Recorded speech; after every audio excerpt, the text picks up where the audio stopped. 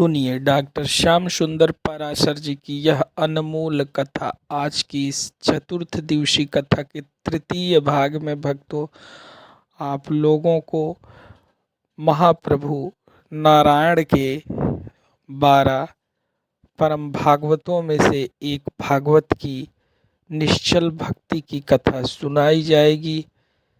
इस ज्ञान गंगा रूपी कथा को सुनकर अपने इस पापी मन का उद्धार करें। भक्तों, श्री राधे राधे। बहुमत भी सिद्ध करना पड़ेगा। वो कैसे होगा? बोले ये शतक्रतु का पद कहलाता है इंद्र का। 100 यज्ञ करने के बाद ही कोई परमानेंट बैठ सकता है। तुम यज्ञ कर लो फटाफट। तो नर्मदा जी के तट पर बलि ने शुक्राचार्य जी के आचार्यत्व में बड़े बड़े यज्ञ करने प्रारंभ कर दिए। उधर देवताओं की माता अदिति दुखी है, मेरे बच्चे भटक रहे हैं, क्या करूं? तो कश्यप जी ने पयोव्रत बतला दिया। फाल्गुन श्यामले पक्षे द्वादशाहं पयोव्रत। ये फाल्गुन का महीना चल रहा है। अब ये जो शुक्ल पक्ष आएगा अमावस के बाद, शुक्ल पक्ष की प्रतिपदा से लेकर के द्वादशी पर्यंत 12 दिन तक केवल दूध पी करके ये व्रत किया जाता है। इसलिए इसका नाम है पयोव्रत। साल में केवल फाल्गुन के महीने में शुक्ल पक्ष में ही ये व्रत होता है। और इस व्रत से भगवान बहुत जल्दी प्रसन्न होते हैं, सकल मनोरथों की सिद्धि होती है। समझाया कश्यप जी ने, तो देवी अदिति ने ये पयोव्रत किया। 12 दिन तक दूध पी के इस व्रत करने से ठाकुर जी रीझ गए, प्रकट होके दर्शन दिए। मां मांगो क्या चाहते हो? तो मां ने अपना मनोरथ प्रकट किया। भगवान बोले, मां मैं स्वयं तुम्हारा बेटा बन के आऊंगा, तुम्हारा मनोरथ पूर्ण करूंगा। अदिति मां के गर्भ में प्रभु आए और भादों के शुक्ल पक्ष की द्वादशी में भगवान मां अदिति के पुत्र बटुक बामन बन के प्रकट हो गए। बोल बामन भगवान की जय। तम बटुम बामनम दृष्ट्वा मोदमाना महर्षय। महात्मा सब प्रसन्न हो गए बामन भगवान का दर्शन करके। धूमधाम से जनेऊ संस्कार किया। ब्राह्मण का सर्वश्रेष्ठ संस्कार यज्ञोपवीत। सबने भिक्षा दी, जो मिला वो गुरु जी को दिया। गुरु जी बोले, सुनो बटुक जी, इतने से काम नहीं चलेगा, भिक्षा में हमें त्रैलोक्य की संपदा ला करके दो। जाओ राजा बलि से मांग के लाओ। जो आ गया, बलि के दरवाजे पहुंच गए। बलि ने देखते ही खड़े होकर स्वागत किया।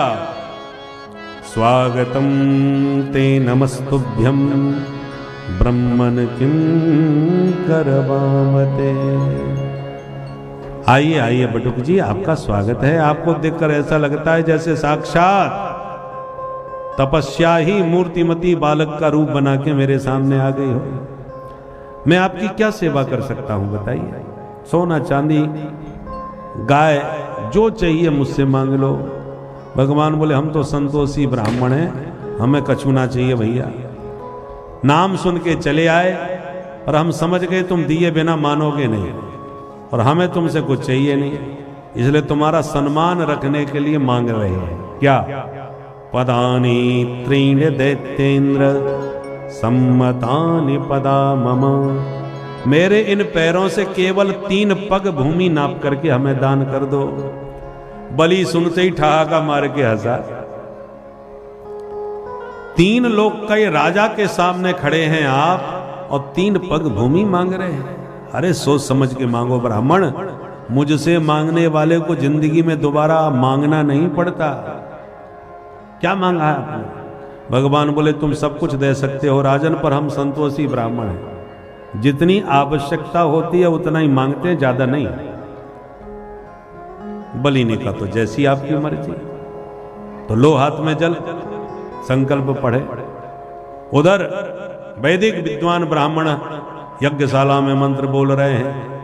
इदं विष्णुर्विचक्रमे त्रेधा निदधे पदं समूढ़मस्य पाग्मुसुरे स्वाहा। इदं विष्णु विचक्रमे। सोई शुक्राचार्य जी के कान खड़े हो गए। दाल में कुछ काला है, लपक करके हाथ पकड़ा बलि का। बलि सावधान। क्या हो गया गुरुजी? बोले देखो ये कौन है, पहचानो। बोले बामन है। अरे राजन धोखा मत खाओ, ये ना बामन है ना त्रेपन, मैं इसको पहचान गया। कौन है? एस वैरोचने साक्षात भगवान विष्णुरव्ययः। ये वही छलिया विष्णु है जो छोरी बन के आया था, आज वही बौना बन के आ गया है। बातों में आओगे बर्बाद हो जाओगे, मना करो। बलि ने कहा पर मैं तो हां कर दिया। बोले तो अभी संकल्प थोड़ी हुआ है। बोले गुरुजी झूठ के बराबर कोई पाप नहीं होता। मैंने वचन दे दिया तो संकल्प की अब क्या आवश्यकता है? हो जाए ठीक है, पर वचन से विमुख नहीं हो सकता मैं। बलि दृढ़ संकल्प के साथ डट गए तो शुक्राचार्य जी क्रोधित हो गए। मेरी बात नहीं मानता, बहुत बड़ा दानी बनता है, शाप देता हूं अचरात भ्रश्यते श्रियः, बहुत जल्दी तू श्रीहीन हो जाएगा। और शाप दे के चले गए। बामन भगवान बोले गुरु चेला झगड़ा मत करो, देना है तो दो, नहीं मना करो, मैं जा रहा हूं, संध्या वंदन का समय हो गया। नहीं नहीं महाराज आप नाराज मत होइए, हम गुरु चेला में तो होता रहता है, आप तो अपना संकल्प कीजिए। मूल भागवत में ऐसा नहीं लिखा है, पर पुराणांतर ऐसा आता है कि शुक्राचार्य जी जल के पात्र में घुस के बैठ गए कि मैं पानी की बूंद नहीं टपकने दूंगा। बिना जल के संकल्प कैसे हो जाएगा? अब खूब करें पर पानी ना निकले। बामन भगवान बोले इधर लाओ, तुम्हारा बर्तन रखा रखा जंग खा गया लगता है।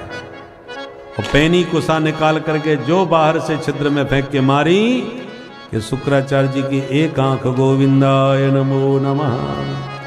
शुक्राचार्य जी निकल के भाग गए कि कोई दे रहा है कोई ले रहा है, हमने फालतू में ही आंख फोड़वाई। जल हाथ में आया और श्रावणी जैसा लंबा चौड़ा भगवान ने संकल्प पढ़ा। हेमाद्री संकल्प जिसको कहते हैं। श्रावणी में ब्राह्मण लोग जो मंत्र पढ़ते हैं कम से कम आध घंटे तक का तो संकल्प होता है, उसको हेमाद्री संकल्प कहते हैं। वो लंबा चौड़ा संकल्प करके भगवान ने छुड़वाया। जैसे ही जल छूटा भगवान ने तुरंत अपना विराट रूप दिखा दिया। बोल विराट भगवान की जय। एक पग में नीचे के सातों लोग, दूसरे पग में ऊपर के सातों लोग नाप डाले। बलि 2 पग हो गए, अब तीसरा पग कहां रखूं? बलि ने हाथ जोड़ के कहा महाराज धन से बड़ा धनवान होता है। 2 पग में धन लिया और तीसरा पग मेरे माथे पर रखकर मुझ धनवान को भी स्वीकार कर लीजिए। ठाकुर जी रीझ गए, बलि के माथे पर चरण रखा और बोले बलि तूने मेरा हृदय जीत लिया, मांग तुझे क्या चाहिए? बलि ने कहा सरकार आप बड़े प्यारे लग रहे हो, बस यही मांगता हूं कि निरंतर आपको यूं ही निहारता रहूं। भगवान बोले तो सुन, आगामी मनमंत्र के तुम ही इंद्र बनोगे, जब तक नहीं बने तब तक सुतल लोक के राजा बन के राज्य करोगे। दरवाजे के द्वारपाल बन के हम खड़े रहेंगे, 24 घंटे हमारे दर्शन पाते रहना। और तेरा नाम दानियों में अग्रणी हो गया। जो अपने जीवन का भी दान कर दे उसको कहते हैं बलिदान। कोई राष्ट्र के लिए बलिदान हो जाते हैं तो कोई धर्म के लिए। आज भी बलि चिरंजीवियों में भर्ती हैं, आगामी मनमंत्र के इंद्र बनेंगे। इस प्रकार भगवान का विविध मनमंत्रों में अवतार होता है। एक बार मछली के रूप में मत्स्यावतार धारण किया और सत्यव्रत नाम के मनु की प्रलय पर्यंत प्रभु ने रक्षा की थी। अब सूर्य वंश में राम जी और चंद्र वंश में श्याम जी। थोड़ा राम जी को याद कर लें, फिर कन्हैया का जन्म महोत्सव मनाते हैं, क्योंकि कन्हैया को तो अंधेरे में ही आने की आदत है। तो जब तक सूर्य के प्रकाश में सूर्यवंशी राम जी का स्मरण कर लेते हैं। सुखदेव जी कहते हैं परीक्षित विस्तार से सूर्यवंश सुनाऊं तो 100 साल में भी पूरा नहीं हो पाएगा, इसलिए बहुत संक्षिप्त में सुन लो। श्रीमन नारायण के नाभि कमल से ब्रह्मा, ब्रह्मा के बेटा मरीचि, मरीचि के कश्यप, कश्यप के विवस्वान, विवस्वान के श्राद्ध देव, श्राद्ध देव मनु की एक बिटिया भाई नाम रखा इला देवी। पर राजा ने कहा मुझे बिटिया नहीं चाहिए, बेटा चाहिए। तो गुरुजी ने बिटिया को ही बेटा बना दिया और फिर उसका नाम बदल के रख दिया सुद्युम्न, राजकुमार बना दिया। बाद में मनु महाराज के 10 बेटा हो गए, इक्ष्वाकु, नृग, सरियाती आदि 10 पुत्र हुए। इनमें ये जो सरियाती हैं उनकी बेटी सुकन्या ने चवन मुनि की आंखें फोड़ दी, तो चवन मुनि के साथ ही उसका विवाह कर दिया। बाद में चवन मुनि ने अश्विनी कुमारों को बुला करके अपनी आंखें और अपना शरीर स्वस्थ कर लिया, न जाने कौन सा चवन प्रास खा लिया। इन्हीं सरियाती जी के वंश में राजा रेवत हुए, जिनकी पौत्री रेवती जी का विवाह बलराम जी से संपन्न हुआ। मनु महाराज के दूसरे बेटा थे नभग, नभग के नाभाग, नाभाग के अम्बरीश। राजा अम्बरीश भगवान के अनन्य भक्त, जिनका विरोध करने पर दुर्वासा मुनि भागते फिरे। भगवान की शरण में गए तो भगवान ने भी हाथ खड़े कर दिए, कह दिया स्पष्ट, अहम भक्त पराधीनो यस्वतंत्र इव द्विज। ब्राह्मण देवता, मैं भक्तों के अधीन हूं, अपना प्राण बचाना चाहो तो मेरे भक्त की शरण में जाओ। तब दुर्वासा मुनि को लौट के अम्बरीश के चरणों में गिरना पड़ा। अम्बरीश ने जब सुदर्शन चक्र की स्तुति करके कहा कि इस ब्राह्मण को संताप से मुक्त करो भगवान, तब जाके सुदर्शन शांत हो गए और दुर्वासा जी के प्राण बचे। ऐसे परम भक्त थे अम्बरीश। इन्हीं अम्बरीश के वंश में युवनाश हुए, जिन्होंने गलती से मंत्र पढ़ा हुआ पानी पी लिया तो इन्हीं के पेट से मानधाता हुए।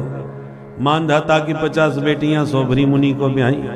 इसी वंश में राजा सत्यव्रत हुए, त्रिशंकु हुए, हरिश्चंद्र हुए, रोहित हुए, बाहुक हुए, सगर हुए। सगर की 2 रानियां थी, एक के 60,000 बच्चे हुए, दूसरी का इकलौता हुआ। उन 60,000 बच्चों ने कपिल भगवान का अपमान करके अपना जीवन भस्म कर लिया। तो दूसरी रानी का इकलौता बेटा असमंजस, असमंजस के अंशुमान, अंशुमान के दिलीप, दिलीप के भगीरथ, भगीरथ भागीरथी गंगा को स्वर्ग से शिव जी की जटाओं में होते हुए भारत भूमि में लाए। और जैसे गंगा मैया ने सगर के पुत्रों की भस्म का स्पर्श किया, यज्जल स्पर्श मात्रेण ब्रह्मदंड हता अपि सगरात्मजा दिवं जगमु केवलम देह भस्म भी। गंगा जी का स्पर्श होते ही सगर पुत्रों का उद्धार हो गया। बोल गंगा मैया की जय।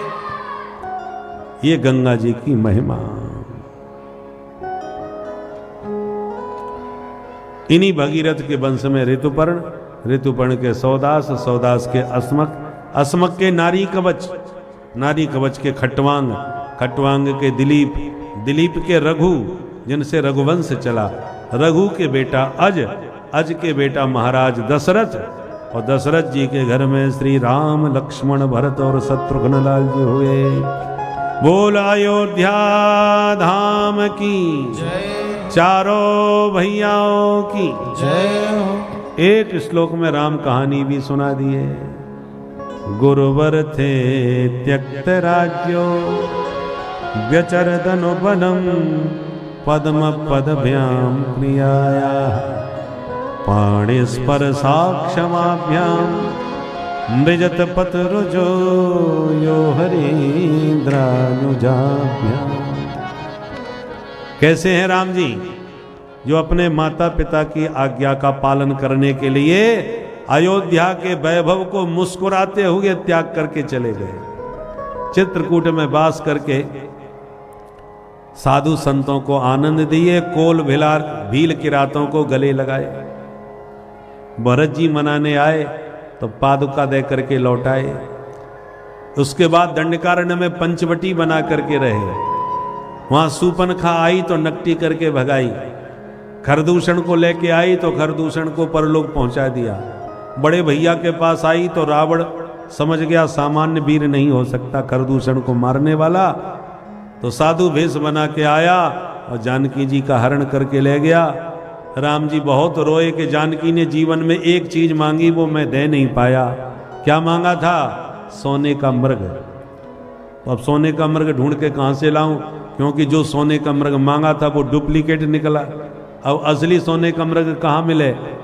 खोजते खोजते सोने का मृग भी मिल गया। कौन? अतुलित बलधामम स्वर्ण शैलाभदेहम्, परम वीर पवन पुत्र हनुमंत लाल जी, जिनका देह सोने के समान है और बानरों को मृग कहा जाता है, परंतु ये शाखा मृग कहलाते हैं। शाखा मृग के बड़ मनुषाई, शाखा ते शाखा पर जाई। तो जानकी जी ने स्वर्ण मृग मांगा था, हमको स्वर्ण शाखा मृग मिल गया, इससे काम चल जाएगा। इसलिए भगवान पवन पुत्र को ही सोने की लंका में भेजे। जानकी जी तो देखते ही घबरा गई, मुंह फेर के बैठ गई, ये भी कहीं नकली ना निकल पड़े। पर हनुमान जी ने विश्वास दिलाया। असली है कि नकली कैसे पता चले? सोने की परख आग में होती है, आग में जिसकी चमक बनी रहे वो खरा सोना। तो लंका भी सोने की, पवन पुत्र भी सोने के, और लगे हाथ परीक्षा भी हो गई। रावण ने पूंछ में आग लगा दी, हनुमान जी ने रावण की मूछ में आग लगा दी, उसकी लंका उसी की आंखों के सामने जला करके मिटा दी। पर स्वयं की पूंछ का बाल बांका भी नहीं हुआ। जानकी जी जान गई कि मैंने जो देखा था वो नकली सोने का मृग था, प्रभु ने जो ढूंढ के भेजा है वो असली सोने का मृग है। खूब आशीर्वाद दे के पवन पुत्र को विदा किया।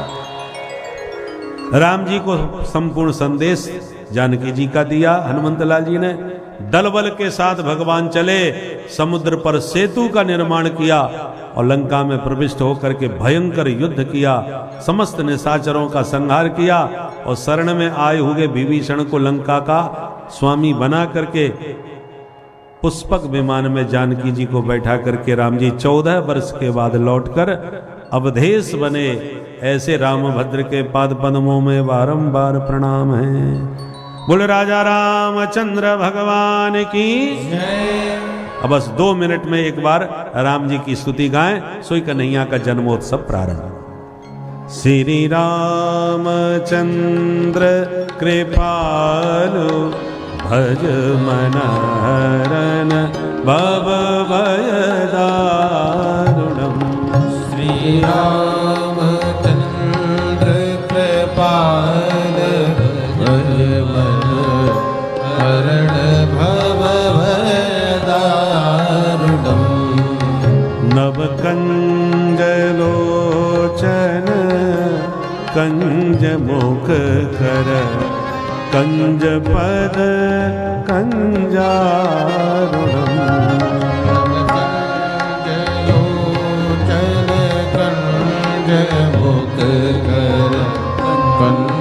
सभी गाइए।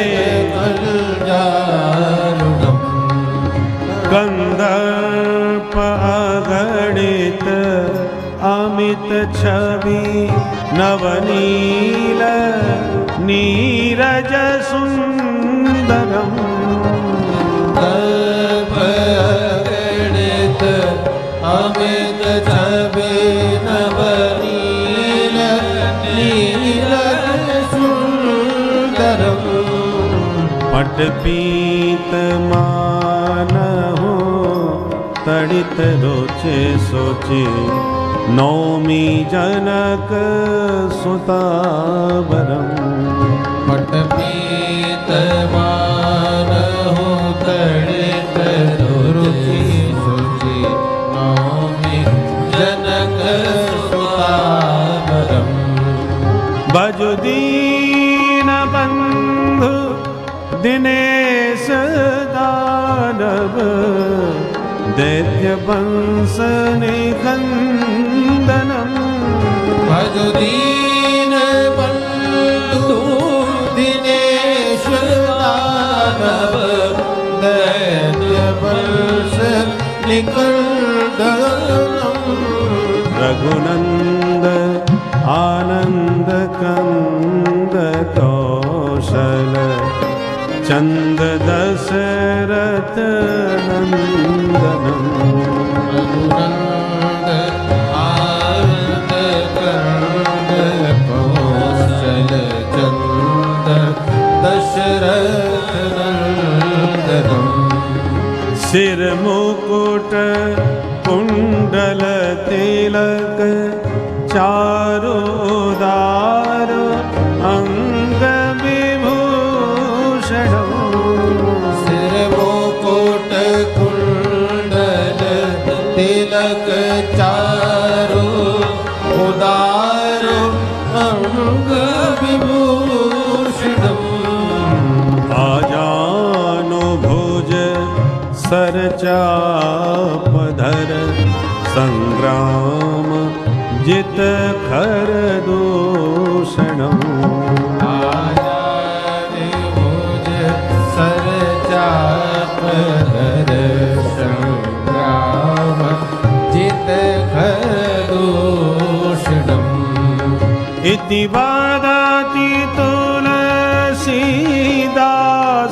शंकर शेष मुनि मन रंजनम वदति तुलसीदास शंकर शेष मुनि मनरंजनम मम हृदय कंज निवास कुरु कामादि खलदल गंजनम मम हृदय कंज निवास गुरु कामादि खलदल गंजनम श्री रामचंद्र कृपालो भजो मन हरन भव भय दारुणम श्री रामचंद्र कृपालो भज मन हरण भव भय दारुणम श्री राम जय जय राम श्री राम जय जय राम सिया राम। श्री सीताराम जी महाराज की राजा रामचंद्र भगवान की जय जय श्री सीता अथातः श्रूयतां राजन् वंशः सोमस्य पावनः। अब चंद्रवंश ध्यान से सुनो। श्रीमन नारायण के नाभि कमल से ब्रह्मा, ब्रह्मा के बेटा अत्रि, अत्रि के बेटा चंद्रमा, चंद्रमा के बेटा बुध, बुध के बेटा पुरुरवा, जिन पुरुरवा राजा के इनका नाम है ऐल, दूसरा नाम। इनके 6 बेटा हो गए, यति, संयाति, आयति, बेयति, कृति। उनमें दूसरा बेटा था ययाति। ययाति के 2 विवाह हुए, देवयानी और शर्मिष्ठा से। 5 बच्चे हुए दोनों रानियों से, द्रुयु, अनु, पुरु, यदु और तुर्वसु। सबसे छोटे बेटे का नाम था पुरु। इसने अपनी जवानी अपने पिता को दी और पिता का बुढ़ापा स्वयं ले लिया, तो पुरु को ही सम्राट बना दिया ययाति ने। इसी पुरु वंश में राजा हुए दुष्यंत, जिनका विवाह गांधर्व विवाह शकुंतला से हुआ। उनके बेटा हुए भरत। इसी भरत वंश में परीक्षित तुम्हारा जन्म हुआ है। सभी पांडव भरत वंशी हैं। अब पुरु के सबसे बड़े भैया थे यदु, उनसे यादव वंश चला। जैसे यदुवंश में महाराज अजमीढ़ हुए, देवमीढ़ हुए, सूरसेन हुए, आनक दुंदुबी हुए। ये आनक दुंदुबी ही वसुदेव के नाम से जाने गए। वसुदेव की पत्नी देवकी से 8 बेटा और एक बिटिया भई। उसमें 8वें पुत्र थे कृष्ण कन्हैया और जो बिटिया वही वो परीक्षित तुम्हारी दादी मैया जिनका नाम है सुभद्रा। और जैसे राम कथा एक श्लोक में सुनाई, वैसी कृष्ण कथा भी एक श्लोक में परीक्षित ने को सुना दी।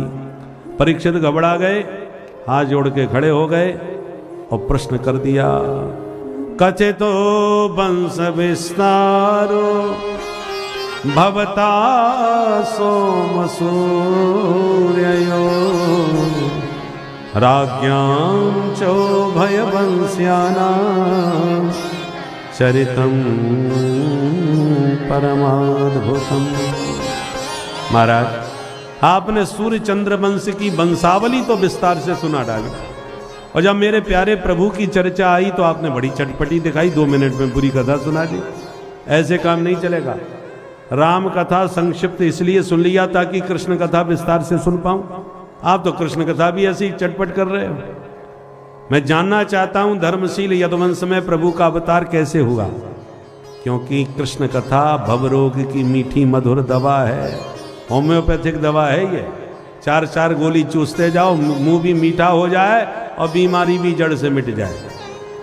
मेरे पितामह पांडवों को प्रभु ने कौरवों की सेना के समुद्र से पार लगाया था, मेरी माँ के पेट में आकर के मुझ परीक्षित को बचाया था, इसलिए उनकी कथा में कोई कंजूसी नहीं होनी चाहिए। मेरे भूख प्यास की कोई चिंता मत करना, बस आप तो यही अमृत हमको पिलाते रहना। सोई सुखदेव जी खुश हो गए। परीक्षित अच्छा ध्यान से सुनो, अब विस्तार से सुना। 90 अध्यायों में कृष्ण कथा सुनाई। जब इस पृथ्वी पर चारों तरफ अत्याचार, दुराचार, भ्रष्टाचार, पापाचार छा जाता है, तब पृथ्वी गाय का रूप बना के गोविंद की शरण में गई। देवताओं ने स्तुति करी तो भगवान ने ब्रह्मा जी को प्रेरित किया, जाओ इनको समझाओ। ब्रह्मा जी ने प्रकट होकर कहा, सुनो भाई देवताओं, वसुदेव गृहे साक्षात भगवान पुरुष परः।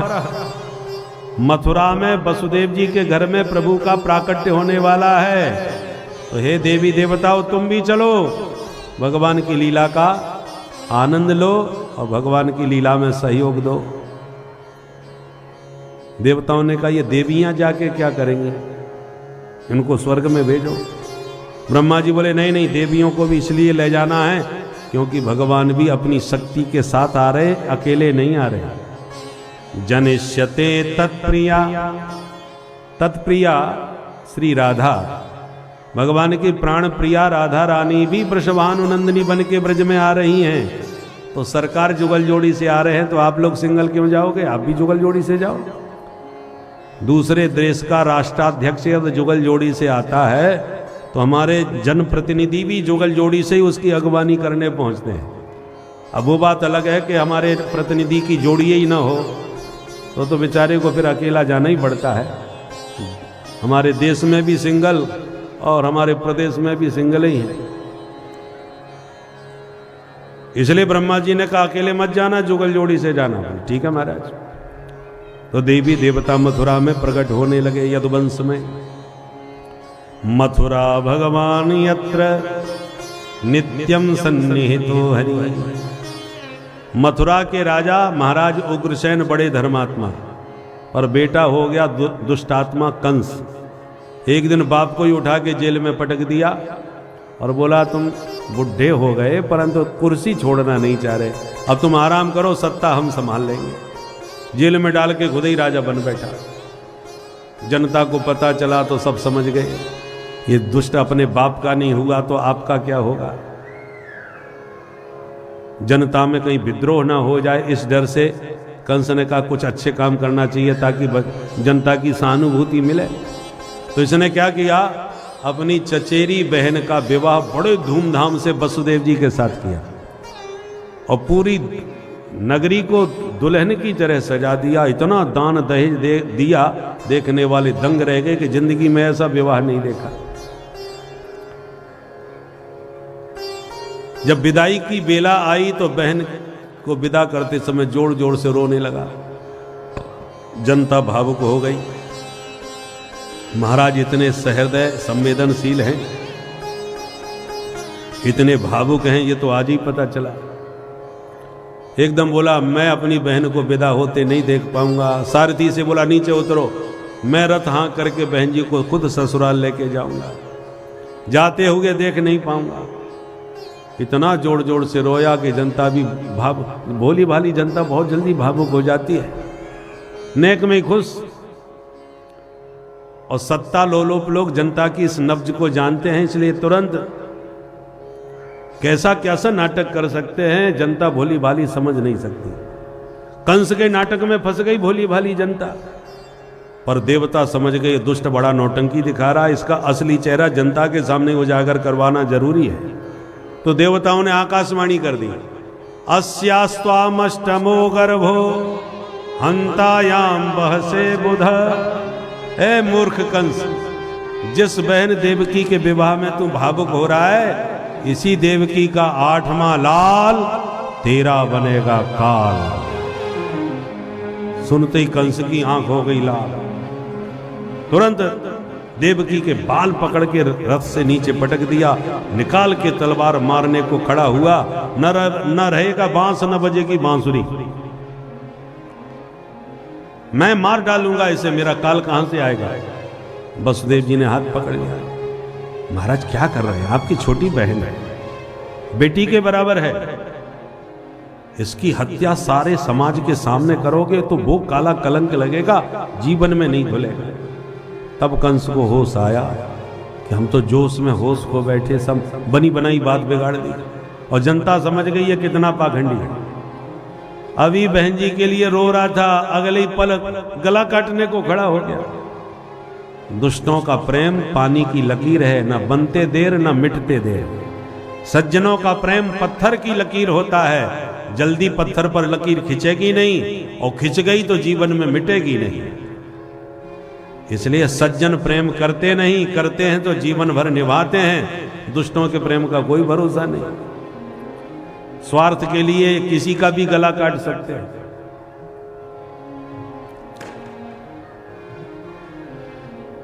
तब वसुदेव जी ने कहा तुम्हारा काल देवकी नहीं है महाराज, देवकी नंदन है।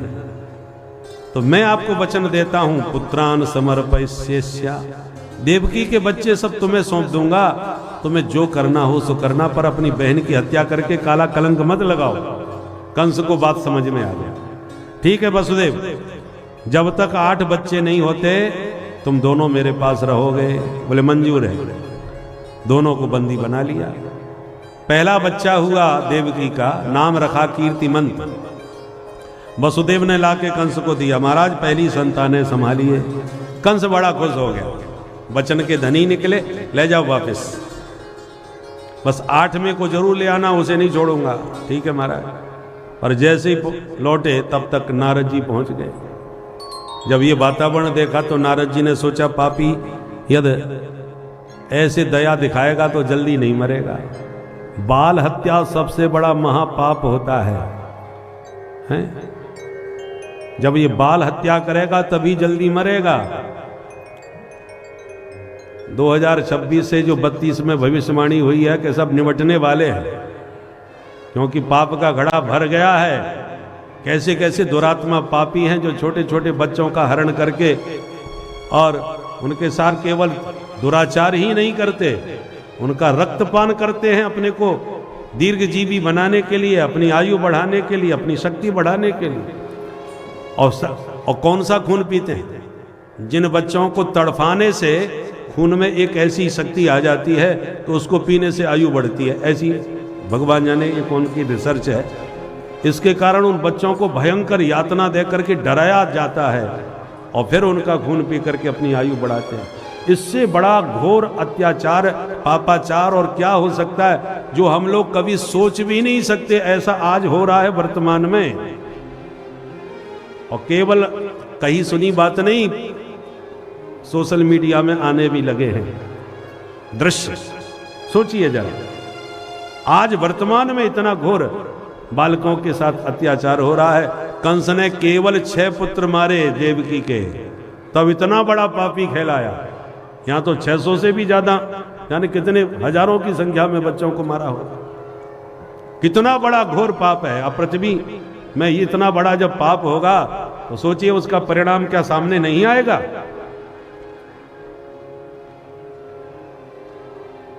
नारद जी ने माथा घुमा दिया, कमल का फूल दिखा के बताया, बताओ 8वीं पंखुड़ी कौन सी है। अब इधर से गिनो तो ये 8वीं, इधर से गिनो तो ये 8वीं, ऐसे घुमा घुमा के माथा घूम गया।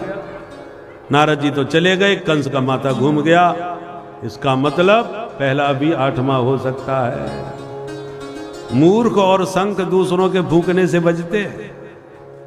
तुरंत इसने वसुदेव को वापस बुलवा लिया, बच्चे को छीन लिया, घुमा के पटक दिया। और इस प्रकार कंस के हाथों देवकी के 6 पुत्रों की हत्या हुई। सप्तम गर्भ में भगवान ने शेष जी को भेज दिया और योग माया को बुला के कहा, देवकी के गर्भ से शेष जी को खींचकर रोहिणी के गर्भ में स्थापित कर दो, तुम यशोदा मैया की बेटी बन जाओ। तुम्हें कंस 8वीं संतान समझ के मारने का प्रयास करेगा तो अष्टभुजी बन जाना, फिर देखो तुम्हारी पूजा शारदा मैया, अंबिका मैया, कात्यायनी मैया, भगवान जाने कितनी मैया बन के पूजोगी। योग माया ने वही किया जो प्रभु ने आदेश दिया और कंस को लगा सप्तम गर्भ का पतन हो गया। अब अष्टम गर्भ में प्रभु पधारे। देवताओं को पता चल गया, देव की मां का दिव्य चेहरा चमकने लगा तो देवताओं ने आकर के स्तुति कराई गर्भ में बैठे हरि की। सत्यव्रतम सत्य परम सत्यम सत्यस्य जोनिम निहितम च सत्ये सत्यस्य सत्यमृत सत्य नेत्रम सत्यात्मकम त्वाम शरणम प्रपन्ना। सत्य सत्य कह करके देवताओं ने स्तुति गाई और देव की मां को प्रणाम करके चले गए। अथ सर्वगुणोपेतः कालः परम शोभन। अब प्रभु के प्राकट्य का शुभ समय आ गया।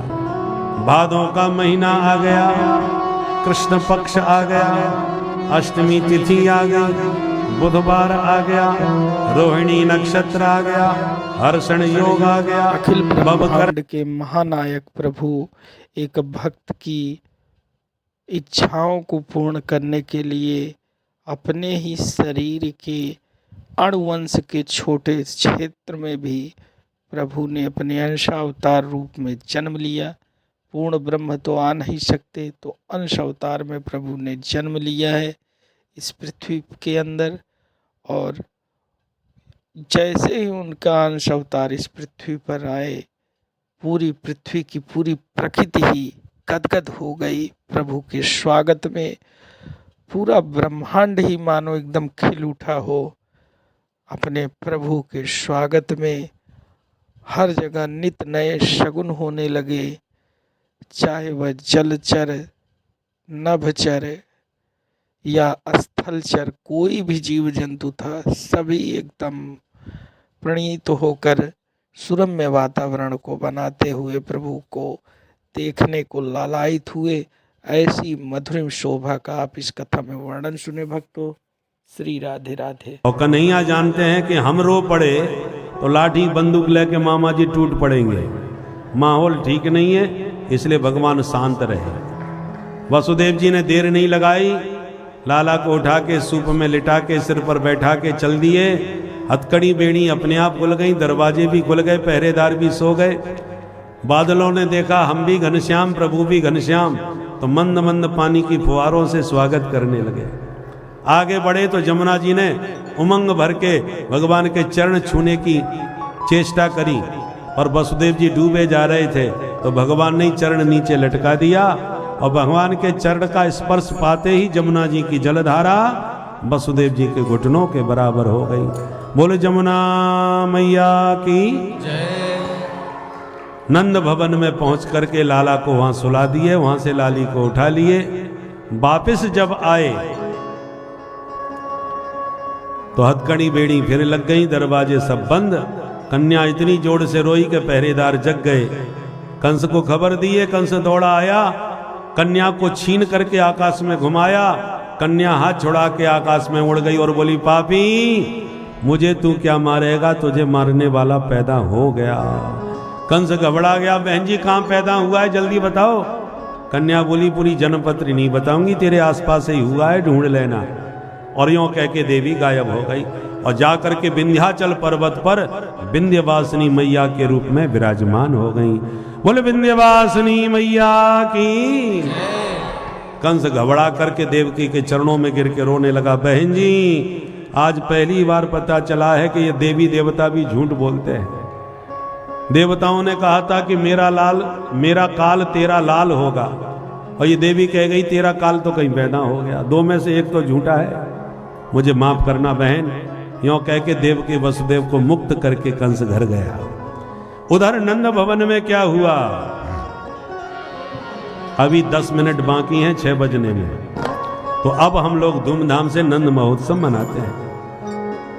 नंदस्त्वात्मज उत्पन्ने जाता ह्लादो महामना। नंदस्त्वात्मज उत्पन्ने जाता ह्लादो महामना। भूय विप्रान् वेदज्ञान् स्नातः शुचिरलङ्कृता। पाचयित्वा स्वस्तयनं जातकर्मात्मजस्य वै कारयामास विधिवत् वेददेवार्चनं तथा। नंदस्त्वात्मज उत्पन्ने जाता ह्लादो महामना। नंदस्त्वात्मज उत्पन्ने जाता ह्लादो महामना। जाता ह्लादो महामना। जाता ह्लादो महामना। पूरे 18 श्लोकों में ये नंद महोत्सव सुखदेव जी ने गाया है। वो कल हम पूरे 18 श्लोकों का नंद महोत्सव आपको सुनवाएंगे। सुखदेव जी कहते हैं परीक्षित, नंद के घर में बेटा नहीं हुआ। आपको ब्रज की कथा आपको ब्रज भाषा में ही सुनाते हैं। नंद बाबा 90 साल के डोकरा है के पर छोरा छापरो कोई ना भयो। एक दिन संत महंतन की मंडली आई। नंद बाबा ने सबन को बुला के चकाचक रबड़ी मालपुआ छनवाई। महंत जी ने डकार लेके आशीर्वाद दियो, बाबा पुत्रवान भव।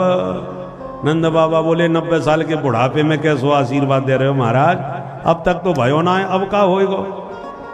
महंत जी बोले भगवान जाने कैसे आशीर्वाद मोहते निकल गयो, तो लाला तो अब हो ही रहेगो, साधु को वचन झूठो ना है सके। नंद बाबा बोले तब तो रोज रबड़ी घुटन दियो महाराज, आपकी कृपा से कोई कमी ना है। 9 लाख गैया हैं घर में। संत महंतन ने चिमटा गाड़ लिए, आसन जमाए लिए। नंद बाबा खूब सेवा करने लगे। संतन के आशीर्वाद को चमत्कार जसोदा जी को लाभ है गयो। पूरे ब्रज में बात फैल गई, जसोदा के पांव भारी है, चारों तरफ बात फैल गई। तब तो गोपियन ने 84 गज के लहंगा सिलवाए लिए। जादना जसोदा के लाला होगा बादना, यही लहंगा चुंडनी में जाऊंगी लेके बधाई। छोरा भयो ना, 6 महीना पहले से तैयारी। नंद बाबा अपनी बहनें बुलावे पहुंच गए। अरे सुनंदा जल्दी घर चल, तुम बुआ बनवे बारी है। खुशी के मारे 4 महीना पहले ही चली आई सुनंदा। दौड़ दौड़ के भाभी की खूब सेवा करने लगी। जसोदा का मतलब क्या होता है? यशः ददाती, जो सबको यश दे, आदर दे, सम्मान दे, वहां को नाम यशोदा। और नंद का मतलब नंदयति जगदिति नंदः, जो सारे जगत को आनंद दे उसका नाम नंद, और जो आनंद न दे उसका नाम ननद। प्यार से बोलो राधे राधे। ननद का मतलब समझते, जिससे कोई आनंद ना आवे। माने शायद कोई भाग्यशाली भाभी होगी जाकू अपनी ननद से आनंद मिले। मां की ननद के आने का समाचार सुनते ही भाभी जी की धड़कन बढ़ जाती है।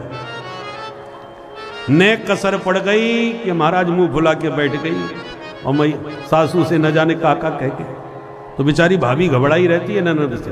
पर ये ननद नहीं है, इनका नाम है सुनंदा, जो खूब भाभी की भाग भाग के सेवा करती हैं और भाभी को कुछ नहीं करने देती। आज रात में कब अदला बदली करके वसुदेव चले गए, कौए पतो ही ना चलो, सब सोते रह गए। नींद खुली तो सुनंदा जी सबसे पहले जगी।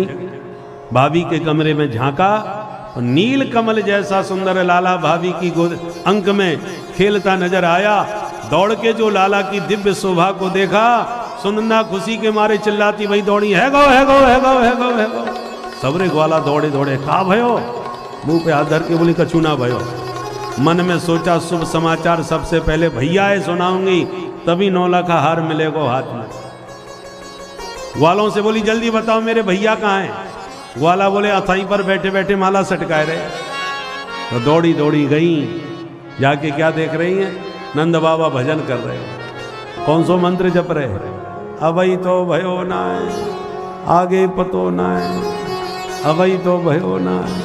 सबरे मंत्र भूल गए, एक ही धुन सवार, कब छोरा होवे कब समाचार आवे। इतने में सुनंदा भागी भागी पहुंचा, अरे भैया तुम माला सटका रहे हो, मैं कब से बाबरी बनी ढूंढ रही हूं। बहन जल्दी बता खबर का है। बोले भैया ये बता इनाम का है। अब तो बाबा की धड़कन और तेज हो गई। तिजोड़ी की चाबी बगल में से निकाल के सुनंदा के हाथ पे धर दी। बहना जो मर्जी आवे सो बधाई ले, पर देर मत करा, फटाफट बता। तब कान में आके बोली भैया तेरे घर में लाला को जन्म है गयो, बोल नंद के लाला की जय। इतना सुनते ही नंद बाबा ने बुलायो नाई, पूरे ब्रज में लगवा दी दुहाई, ले के बधाई। गोपियां दौड़ी दौड़ी चली आई। गोपियां जसोदा मैया को घेर घेर के बधाई दे रही हैं और ग्वाला नंद बाबा को घेर के बधाई दे रहे हैं। अब क्या बधाई दे रहे हैं, आपको भी बधाई देनी पड़ेगी। जब हम कहेंगे मैया बधाई हो, तब गोपियां कहेंगी मैया बधाई हो, और जब हम कहेंगे बाबा बधाई हो, तो ग्वाला कहेंगे बाबा बधाई हो।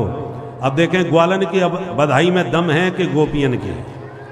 आज आप लोगों की परीक्षा है, तो पहले नंबर पर गोपियां आएंगी, बाद में ग्वाला। क्यों आगे आगे आजकल देवियों का ही जमाना है, तो देवियां पहले बोले, ग्वाला सब शांत रहेंगे। क्या बोलेंगे, पहले मैं बोलूं उसके बाद आप बोलना। मैया बधाई हो, मैया बधाई हो। ऐसे बधाई दी जावे जैसे भोजन करके ना आई हो। अरे एकादशी आज ना है, कल है, आज तो खा पी के चली होंगी। तो श्रद्धा भक्तिमती माता हो, कल हम सबने कन्हैया का जन्म महोत्सव बड़े ही धूमधाम के साथ मनाया, और इस उत्सव को महामुनि सुखदेव जी ने 18 श्लोकों के द्वारा गाया। मानो संपूर्ण श्रीमद् भागवत के 18,000 श्लोकों का आनंद नंद महोत्सव के आनंद में प्रकट कर दिया।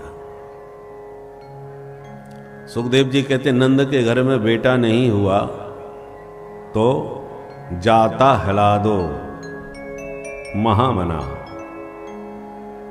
अति उदार चित्त हृदय नंद बाबा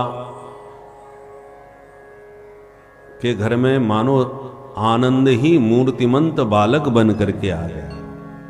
इसलिए नंद घर आनंद भयो, जय कन्हैया लाल की। सारे ब्रजवासी सुनते ही आनंद में झूमने लगे, पर नंद बाबा ने सबसे पहले ब्राह्मण बुलवाए। आहूय विप्राण वेदज्ञान, सब वेद पाठी ब्राह्मण आए, जिन्होंने नंद बाबा को स्नान करा के नए वस्त्र पहना करके स्वस्ति वाचन पूर्वक जातकर्म संस्कार संपन्न किए। वाचयित्वा स्वस्त्यनम, सभी ब्राह्मणों ने स्वस्ति वाचन बोला। स्वस्तेन इंद्रो वृद्धस्रवाः स्वस्ति नः पूषा विश्ववेदाः स्वस्ति नस्तार्क्ष्यो अरिष्टानेमिः स्वस्ति नो बृहस्पतिर्दधातु। वाचयित्वा स्वस्तयनं जातकर्मात्मजस्य वै कारयामास विधिवत् पितृदेवार्चनं तथा। बाबा नंद ने देवार्चन करवाया, पितरों का अर्चन करवाया, और बदले में बाबा नंद ने ब्राह्मणों को 2 लाख गायों का दान दिया,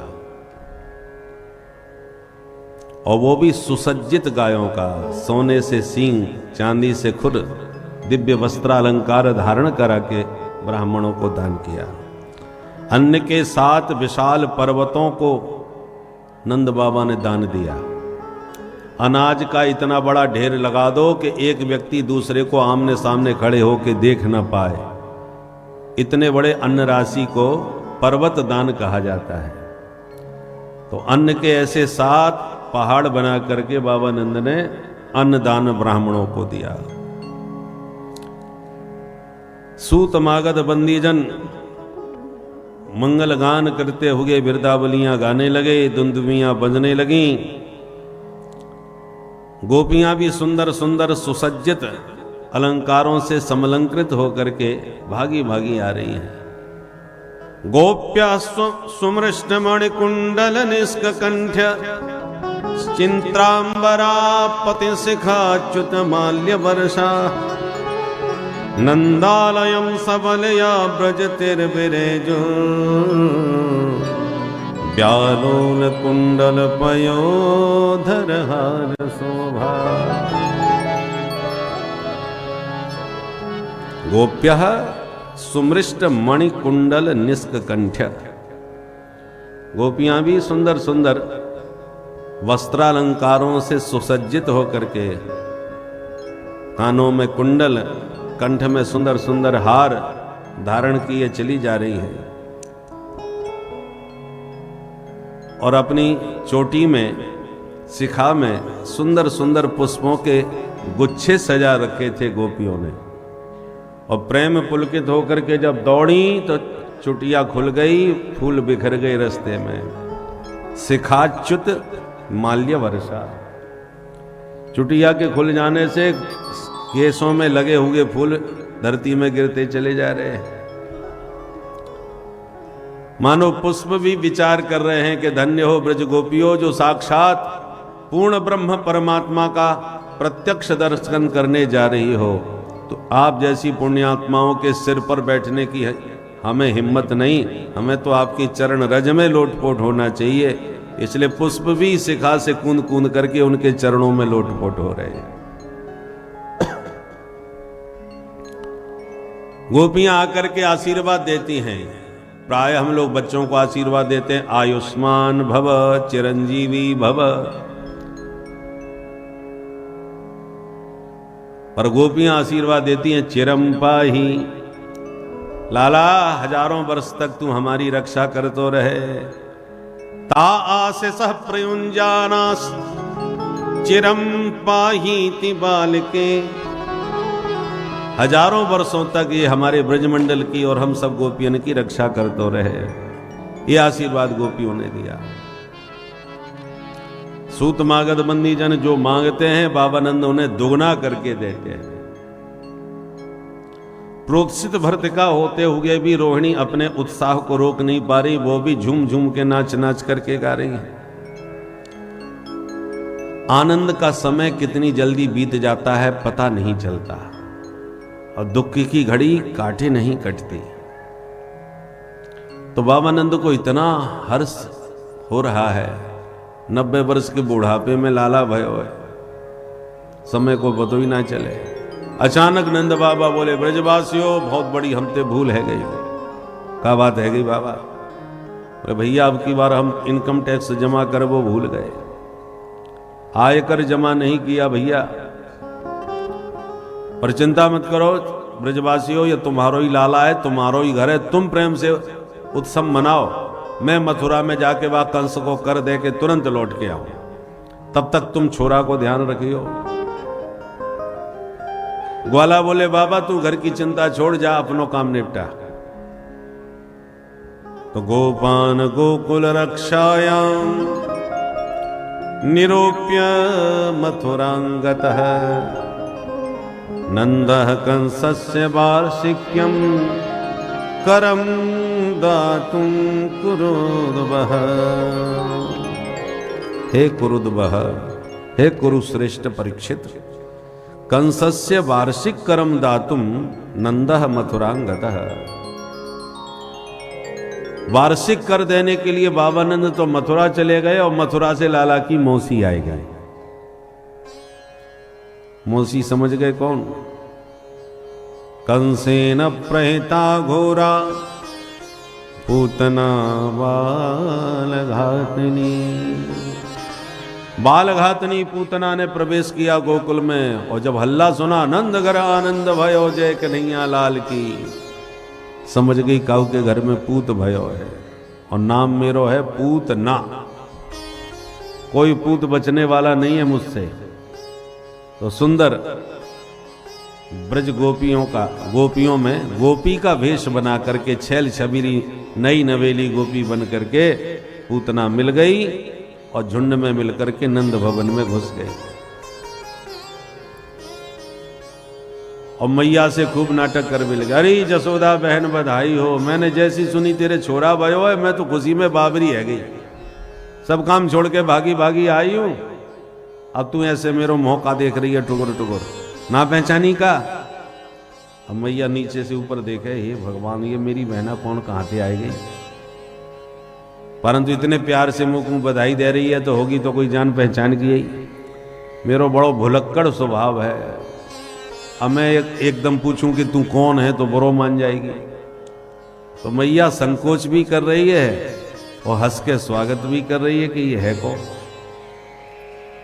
मैया बोली बहनाओ तुम सबन को आशीर्वाद है, जो खुशी को दिन आयो है, तू मेरे लाला है, बढ़िया सो आशीर्वाद दे के आ, फिर मैं फुर्सत में बैठ के बात करूंगी तोते।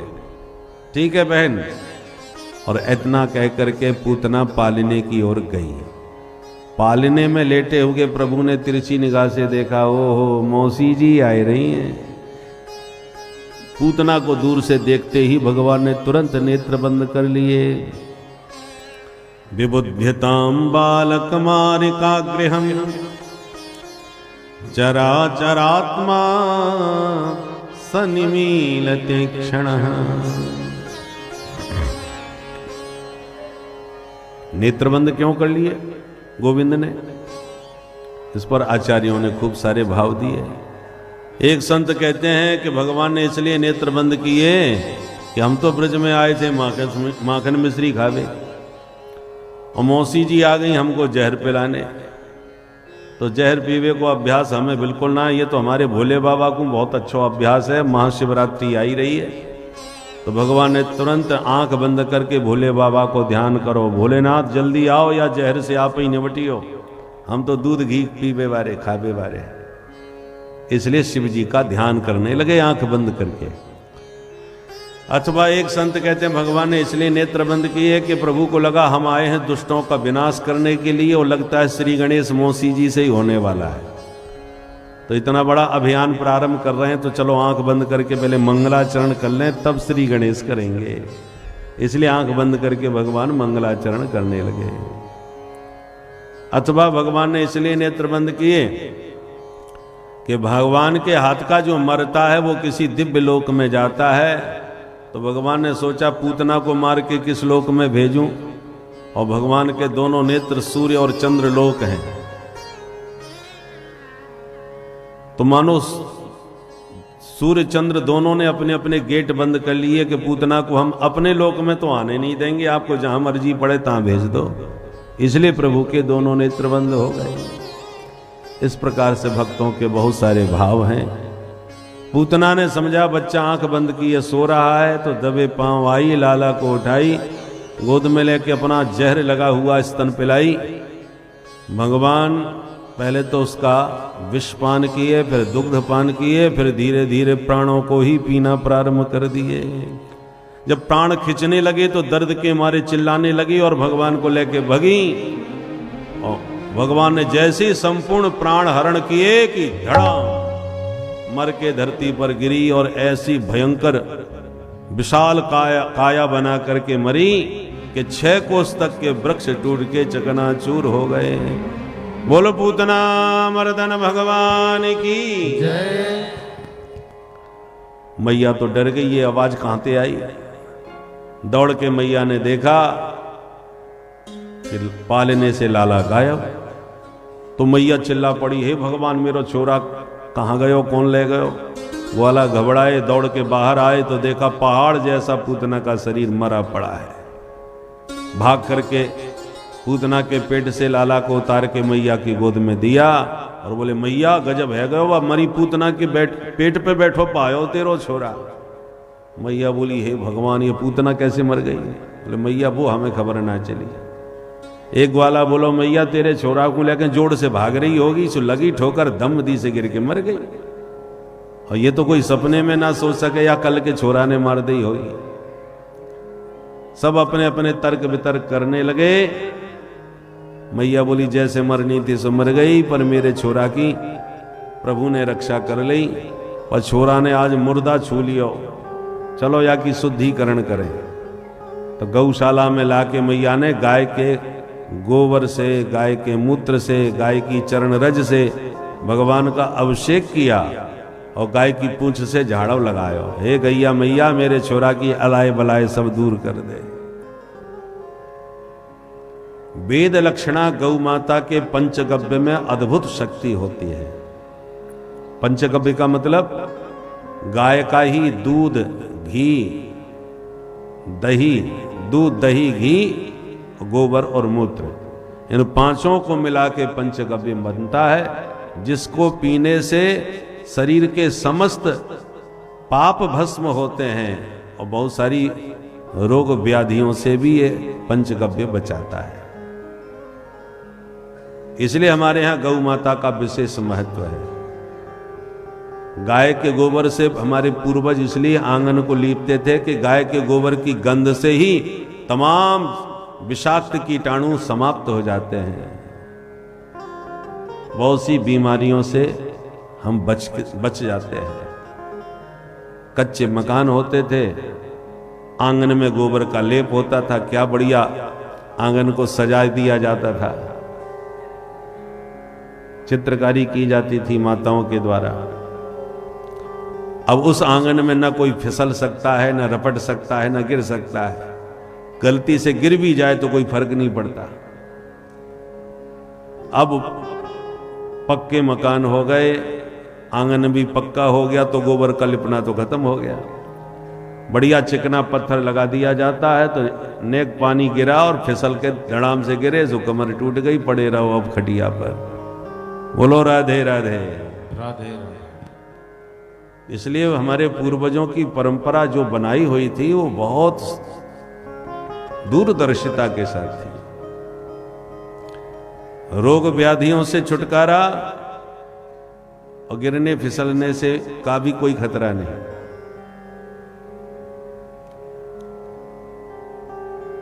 पहले गाय घर में रहती थी, कुत्ते गलियों में। अब गाय गलियों में घूम रही हैं, कुत्ते घरों में। आजकल कुत्तों के ठाठ ज्यादा है।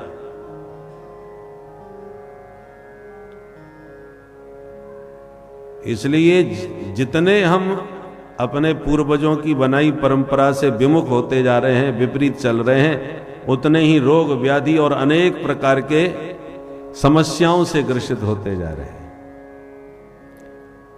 वयोवृद्ध पुराने जमाने के आज भी 100-100 साल तक चलते फिरते स्वस्थ दिखाई पड़ते हैं, और आज के नवयुवक 60 वर्ष की उम्र तक की भी कल्पना नहीं कर पा रहे हैं। पैदा होने की देर नहीं होती का चश्मा लग जाते हैं। शारीरिक क्षरण होता जा रहा है। इसलिए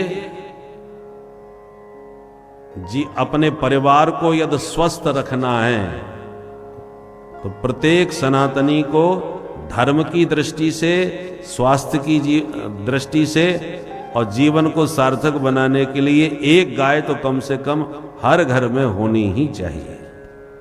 वही महानगरों में जो रहते हैं, जो अपने घर में नहीं रख सकते गौ माता, वो किसी गौशाला से किसी गाय को गोद ले सकते हैं। गाय गौशाला में रहे, तुम उसके लिए खर्चा पानी एक गाय का देते रहो, ताकि तुम कह सको ये गाय हमारी है। क्योंकि गाय केवल जीवन में ही कल्याण नहीं करती, मरने के बाद भी अपनी पूंछ पकड़ा के बैतरणी पार लगाती है। लोक परलोक दोनों को गौ माता सुधारती है। बोले गौ माता की जय। विशेषकर ग्रामीण अंचलों में तो ऐसी कोई समस्या नहीं है। गांवों में तो आप अपने घर में आराम से गाय रख सकते हो। बहुत ज्यादा खर्चा भी नहीं होता, पर्याप्त भूसा आराम से उपलब्ध हो जाता है गांव में, और स्थान भी पर्याप्त होता है। परंतु एक बात याद रखिए, भूल के भी जर्सी गाय मत पालिए। जर्सी गाय, मान्यता है जर्सी गाय दूध बहुत देती है इसलिए पालते हैं, पर उसका दूध बहुत घातक होता है। उसके दूध में हजारों बीमारियां भरी रहती हैं। छोटे बच्चों को भूल के भी जर्सी गाय का दूध नहीं पिलाना चाहिए। प्रायः जर्सी गाय वो रखते हैं जो केवल दूध बेचते हैं, उन्हें तो अपने दूध की बिक्री से मतलब है, क्वालिटी से क्या लेना देना। पर अपने परिवार के हित में यदि गाय आप रखते हैं तो शुद्ध, भले कम दूध दे पर दूध की क्वालिटी होना चाहिए, गुणवत्ता उस दूध में होना चाहिए जिसको पी करके बच्चे स्वस्थ रहे, मस्त रहे। जन्म देने वाली मां कुछ महीनों तक दूध पिलाती है, बाद में नहीं, परंतु गौ माता जीवन पर्यंत अपने दूध से हमारा लालन पालन करती है। इसलिए गावो विश्वस्य मातरः, गाय संपूर्ण विश्व की माता है। तो मैया तो गोपुच्छ से लाला को झाड़ा दे रही है, उधर नंद बाबा आ गए। सारी घटना बाबा नंद को सुनाई ब्रजवासियों ने। बाबा नंद बोले, भैया वसुदेव ने मोते मथुरा में कह दी कि तेरे घर में संकट आए बारो है, और जब से बा ने कही तब से मैंने माला सटकाई, हे भगवान मेरे छोरा की रक्षा करियो। देख ले मेरे भजन को चमत्कार नारायण ने कृपा कर दई, वह पूतना में एक धमुकरा धर दिया, उसको मर गई, और मेरे लाला की साक्षात प्रभु ने रक्षा कर ली। ये सब मेरे भजन को चमत्कार है। ग्वाला बोले, बाबा इतनी देर से हम यही गणित लगा रहे थे कि आखिर ये मरी तो मरी कैसे, अब समझ में आ गया। एक ब्रजवासी बोलो, बाबा पूतना तो मर के चली गई, पर हमारे मथुरा गोकुल को रास्ता जाम कर गई। अब ये बताओ या कहाँ ठिकाने लगाएं। बाबा नंद बोले, अपने अपने घर से कुलाड़ी भरसा लाओ, या के हाथ पैर काटो, और जो वृक्ष टूट गए हैं वो सब यही के ऊपर पटको, लगा दो या में यार। ब्रजवासियों ने वैसा ही किया, पर जैसे ही अग्नि संस्कार हुआ तो वो सुगंध निकली कि पूरा ब्रजमंडल सुगंधित हो गया। परीक्षित चौंके, महापापनी पूतना के जलने पर सुगंध क्यों निकली महाराज, ये तो महापापनी थी। सुखदेव जी कहते हैं, कौन कहेगा पापनी है। बड़े बड़े महात्मा जिन प्रभु का नाम लेकर के मरते हैं तो परम धाम के अधिकारी बन जाते हैं। प्रयास करने पर भी प्रभु का नाम मरते समय मुंह से नहीं निकलता। जन्म जन्म मुनि जतन कराही, अंत राम कह आवत नाही। और उसी परमात्मा को जो छाती से चिपका करके मरी है, तो वो पापनी कहां रही है।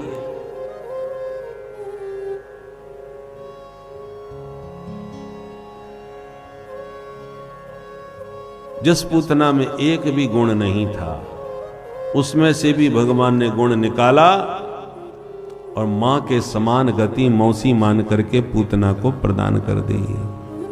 इस पूतना मोक्ष की कथा को जो प्रेम से कहता सुनता है, गोविंदे लभते रतिम, गोविंद के चरण कमलों में रति माने प्रीति प्रदान करने वाला ये पावन प्रसंग है।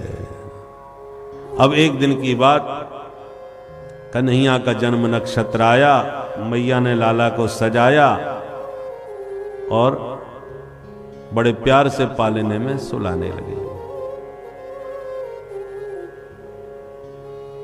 मैया बड़े प्यार से लोरी गा गा करके लाला को सुला रही थी, क्योंकि आज कन्हैया का जन्म नक्षत्र था।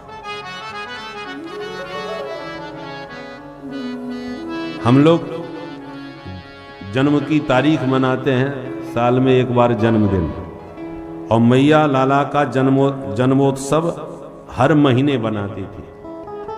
जिस नक्षत्र में लाला का जन्म हुआ है, उसी नक्षत्र में मैया लाला का जन्मोत्सव मनाती थी। जन्मोत्सव उसी नक्षत्र में मनाना चाहिए जिस नक्षत्र में आपने जन्म लिया है। वह समर्थ परमात्मा सबका ही उद्धार उद्धार करने वाला होता है, किंतु यदि भक्त पूर्ण श्रद्धा से उनकी तरफ समर्पित होंगे तभी प्रभु आपकी श्रद्धा को स्वीकार करके आपकी सहायता के लिए तत्पर होंगे। अनंत कोटि इस पूरे ब्रह्मांड में जीव हैं और सभी जो हैं अपने अपने कर्मों में व्यस्त हैं। जो इन कर्मों से हटकर उस परम चेतना का ध्यान करता है, उसके लिए अपनी निद्रा का भी त्याग करता है, वह ही पुरुष, वह ही जीव ईश्वर की प्राप्ति प्राप्त करता है।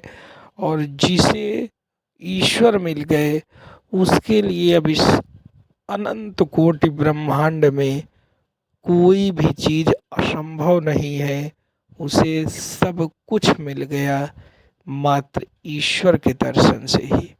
तो भक्तों, आप लोग भी अपनी भक्ति को इतना प्रगाढ़ कीजिए कि साक्षात प्रभु के दर्शन करने का आपको भी सौभाग्य मिले। भक्तों, श्री राधे राधे।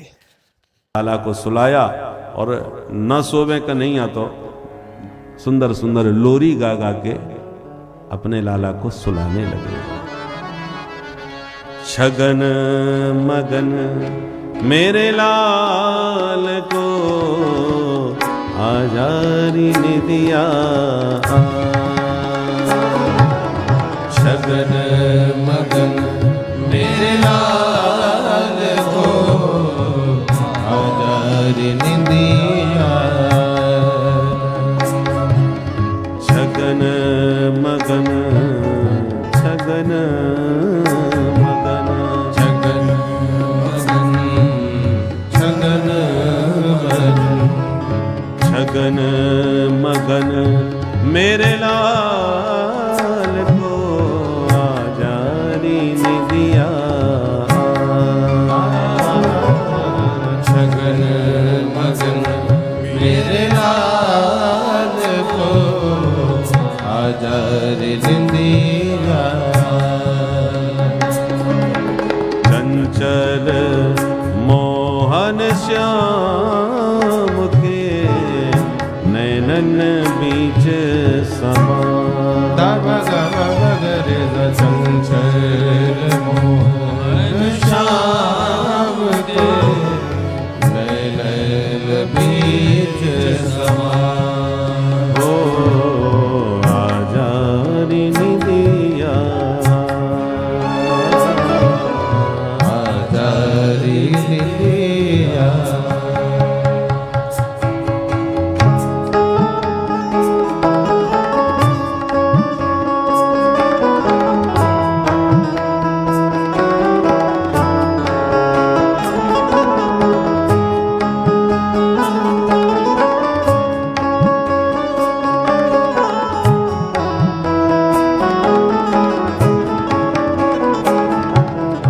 जप तप पूजा पाठ सो विधि ना दियो मोहिलाल, जप तप पूजा पाप सो विधि न दियो मोहिला, सो जा कन्हैया लाड दे मैया बजा